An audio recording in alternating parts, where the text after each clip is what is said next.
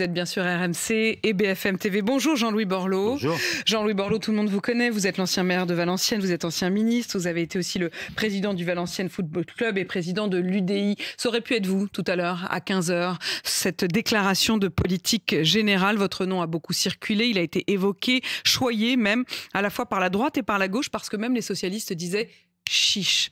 Et puis finalement, votre Big Bang, vous allez le décrire, peut-être un jour mettre les mains dans le cambouis, mais pour l'instant, vous êtes plutôt celui qui va devoir regarder le mécanicien. Est-ce qu'il sera à la hauteur, le mécanicien ?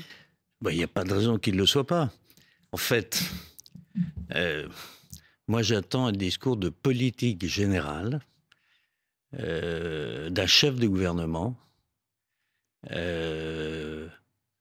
pas un exercice d'habileté, mais un exercice de clarté. Ça veut dire quoi ça, Jean-Louis Borloo ? Je veux dire,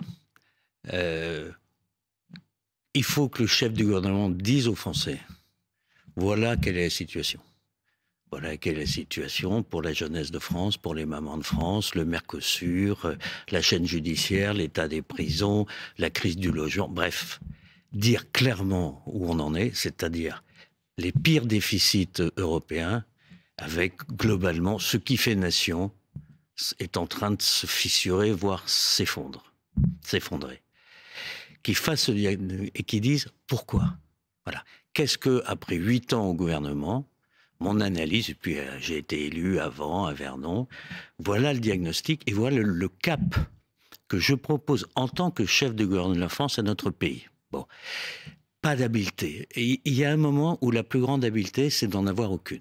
Dire les choses simplement. C'est ça ce que vous redoutez. En fait, vous redoutez, on va parler de ce que vous avez vu dans le capot de la voiture France, parce que c'est comme ça que vous le dites. Vous dites au fond, j'ai regardé et j'ai vu la crise du logement, j'ai vu la crise de la jeunesse, j'ai vu la crise de la justice. La France est désorganisée, on est dans une France de l'à peu près. Votre diagnostic, il est extrêmement sévère, même si vous avez des solutions, vous avez des outils. Mais quand vous dites, je ne veux pas d'habileté, est-ce que ça veut dire que vous redoutez qu'au fond, là, on soit dans des petits ajustements, des clins d'œil aux uns, des clins d'œil aux autres, plus que sur vraiment un changement profond? Un diagnostic n'est jamais sévère. Il est bon ou il n'est pas bon. Il n'y a pas de sévérité. Je crois que c'est le moment de cheffer et de donner un cadre. La dérive n'est pas une direction. Voilà. Il faut donner un cadre. Alors, je pense que voilà, c'est ce qui attend le chef du gouvernement. C'est pas d'être habile, de passer, de tenir 15 jours, 3 semaines, un mois, 18 mois, pas mois. Enfin, Jean-Louis Borloo, en vrai, on est là-dedans. En ce moment, on est dans le est-ce que ça tient jusqu'en décembre? Est-ce que ça tient jusqu'à demain? Femme de peu de foi. Regardez la journée d'hier, qui s'inscrit dans un moment historique extraordinaire. Personne n'aurait parié ça. Il y a l'Iran, le nucléaire est abîmé, et plus en état de financer le terrorisme international, y compris dans le Sahel, qui est juste à côté de chez nous. La Syrie, c'est plus le passage des armes. Le Hezbollah est à peu près désarmé. Le Hamas est à peu près désarmé. Et on a fait la fête dans des familles israéliennes et palestiniennes. Ça paraissait impossible. Alors je vous assure que dans un pays en paix de 70 millions de personnes, si on pouvait juste donner le cap, dire voilà, bon, tout le monde a compris que l'État se mêle de tout, que c'est ridicule, que c'est embolisé, qu'il y a des AVC partout, ça fuit. Bon, tout le monde a compris. Donc maintenant, il y a 2 solutions. Où on rebâtit l'architecture humaine de notre pays, c'est-à-dire la province se mêle de ce qui concerne les enjeux de la province, comme avait dit le général de Gaulle en 69, et l'État va se concentrer sur sa responsabilité et enfin réussir sur la sécurité, la recherche, l'avenir, la mer et les océans et la justice. Bon. Que chacun s'occupe de ce dont il a la charge, au lieu de se mêler de tout. Jean-Louis Borloo, la machine est folle. Une des premières questions, la machine est folle, et on va parler aussi de la réorganisation de ce Big Bang auquel vous appelez de vos voeux. Il y a une question pour déjà savoir simplement si ça tient, c'est cette question de la réforme des retraites. Est-ce que vous, Premier ministre, vous auriez accepté de suspendre? Je refuse de répondre à cette question. Je vais dire pourquoi. Parce que sinon, l'essentiel de ce que je veux dire va passer à l'as. Vous savez, je connais un tout petit peu. Bon, oui, vous avez l'expérience. Mais enfin, malgré tout, sur les économies, on apprend aujourd'hui, par exemple, que les défaillances d'entreprises, et c'est un chiffre qui est passé à peu près sous les radars, mais qui me paraît essentiel, les défaillances d'entreprises touchent un nouveau record aujourd'hui. Ça veut dire que les entreprises vont mal. On parle des petites, moyennes entreprises, on parle du tissu local, on parle des emplois. Ça, c'est un symptôme terrible de notre société. Comment on fait ? En redonnant la confiance à tout le monde, en rebâtissant l'architecture avec le patronat, avec les organisations syndicales, les collectivités locales, les chambres de commerce, les chambres d'industrie. Enfin, faire croire un quart de seconde que c'est parce qu'on ne sait pas s'il sera habile cet après-midi, qu'il y a rapport avec des... Malheureusement, ces tristes défaillances, c'est des entreprises qui vont pas très très bien depuis un certain temps, qui doivent rembourser le DPG, etc. Il n'y a pas d'instantanéité, évidemment. Moi, j'attends 3 choses simples. D'abord, un chef et de la clarté, un cap pour notre pays. J'attends deuxièmement le démarrage immédiat de la réflexion avec toutes les forces politiques qui en sont d'accord, avec les maires et les élus locaux qui en sont d'accord. Moi, je suis venu chez vous il y a un mois. Depuis un mois, j'ai vu la plupart des organisations syndicales au plus haut niveau, les organisations patronales. L'autre jour, ici, vous avez lancé en quelque sorte un appel, il y a un mois. Oui. Un appel précisément pour que les Français, les politiques, mais aussi le tissu associatif local se ressaisissent. Avez-vous le sentiment que depuis, vous avez été entendu ? Ah oui, c'est moins qu'on puisse dire. L'autre jour, je vais à Toulouse, où il y avait 2000 personnes, vous savez, les intercommunalités de France, c'est-à-dire les 600 000 élus qui sont l'armature républicaine de notre pays. C'est ceux qui font tous les jours. Je suis venu expliquer ce que je vous expliquais ici. Il y avait des gens, des petits, des grands, des chauves, des chevelus, de gauche, de droite, ça, debout, 100% d'applaudissements et me disant, on commence quand ? On ne peut pas, sur les 2-3 grands sujets, tout de suite la réorganisation du pays. Ça va évidemment libérer. Et il y aura un débat. L'union sacrée pour la jeunesse. Vous estimez même que la désorganisation administrative de notre pays nous coûte en moyenne 150 milliards d'euros. Alors, Bercy va discuter des chiffres. Enfin, quand l'OCDE dit que notre bureaucratisation, ils appellent ça la bureaucratisation française, peu importe, nous coûte 90, peu importe, même si c'était 50, mais qu'en même temps, on répond aux questions, les gens savent comment ça marche, la confiance revient. Bon, de toute façon, donc ça veut dire quoi ? Ça veut dire qu'il faut supprimer des étages du millefeuille ? Mais il faut tout rebattre. Attendez, on est parti d'un truc centralisé et on a dérivé. En croyant bien faire, on n'est pas allé au bout. Nous sommes la pire organisation. Nous sommes des hybrides. On n'est ni un État fédéral comme la Suisse, comme l'Espagne, comme l'Italie, comme l'Allemagne. Vous voyez, c'est pas un gros mot. Mais fédéraliste, ça ne veut pas dire moins d'État. Ça veut dire l'État, il s'occupe que de ce que la nation lui a confié, l'avenir, la sécurité. Il s'en occuperait mieux ? Évidemment, s'ils sont concentrés. Et puis je vais dire une deuxième, cette espèce de bordel général, où c'est une fille du Trésor qui dit qu'on doit faire de logement en France. Ça vous explique pourquoi on ne se réforme pas. Parce que si on a juste un seul rendez-vous, tous les 5 ans, juste pour quelqu'un, une personne, dans une machine aussi complexe, qui est embolisée, on ne peut pas réformer. Ça veut dire, par exemple, qu'on supprime le ministère du Logement et on met des directions de logement régionales, des patrons du logement régionaux ? Non. Prenons cet exemple du logement. La politique du logement, elle sera définie par le Parlement de la Réunion, le Parlement d'Alsace, le Parlement de Savoie, le Parlement de Bretagne. Il va définir sa stratégie, qui va définir ses règles. Il y aura un exécutif qui va appliquer les règles du Parlement. Je vous assure que confier aux Alsaciens l'avenir des nids ou de l'accueil des mamans, ça va beaucoup mieux marcher. Et je le dis d'autant plus qu'il y avait jusqu'à présent une magnifique ministre du Logement. Donc c'est pas ça la question. Non, on s'est habitué à la folie de notre désorganisation. C'est de comité de pilotage en comité de suivi, de réunion de coordination en reporting, de reporting en contrôle, de contrôle en inspection. Je veux dire, la machine ne fonctionne plus. Vous savez, moi, je me souviens, j'étais à la radio, j'écoute le putsch à Moscou. Quelques années, à l'armée, encerclée, très bien. Tout de suite, je prends l'avion, j'arrive, je prends le taxi, je lui dis, vous pouvez m'emmener à la Maison-Blanche, là, c'est le nom du Parlement. Il me dit oui, et je lui dis alors, on en est. Il me dit, le putsch raté. Pourquoi ? Parce qu'ici, monsieur, rien ne marche. Bon. Et en fait, putsch. Oui. Moi, je pense qu'on est quasiment à un moment d'une perestroïka.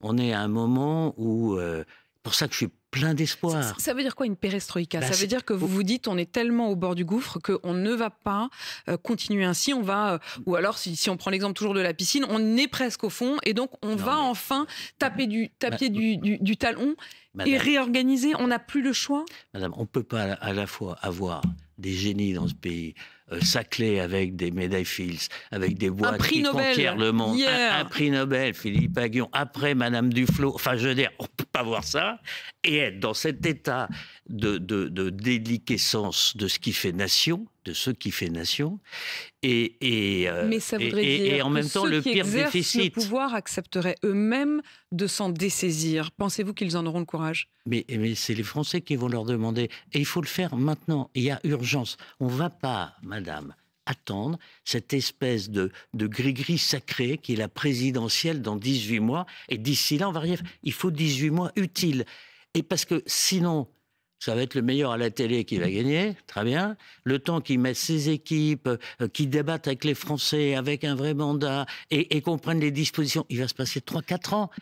Est-ce qu'on peut tenir 4 ans avec le nombre de mineurs isolés, avec le nombre de gamins... Non mais je veux dire, ça n'a pas de sens. Donc, le chef de gouvernement, c'est le chef de gouvernement légitime de notre pays. Très bien.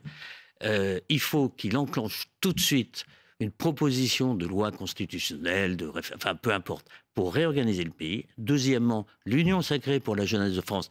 Entre-temps, moi j'ai revu le patronat, les syndicats, les chambres de commerce. Tout le monde est prêt. Ce qui est fou, c'est que tout le monde est prêt. Moi je me promène.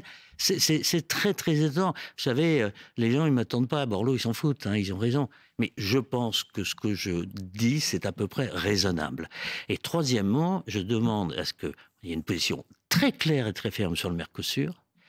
Et je pense qu'il est nécessaire qu'on regarde à nouveau le livre blanc de la défense, parce que ne pas tenir compte de ce qu'on apprend de la guerre en Ukraine en matière de défense, peut-être qu'il ne faut rien changer, mais ça mérite en tous les cas que ça soit à nouveau regardé. Arrêtons-nous un instant sur le Mercosur et sur le livre blanc de la défense. Sur le Mercosur, il faut suspendre, il faut avancer, il faut faire quoi?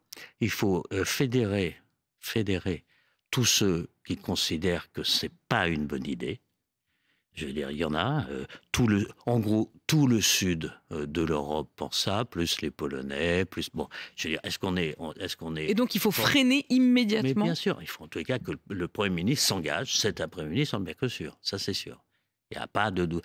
Il faut que ça soit un grand discours. On a encore les moyens de stopper l'Europe là-dessus? Écoutez, moi, je ne suis pas dans les négociations internes, donc je me garderai bien de faire le malin.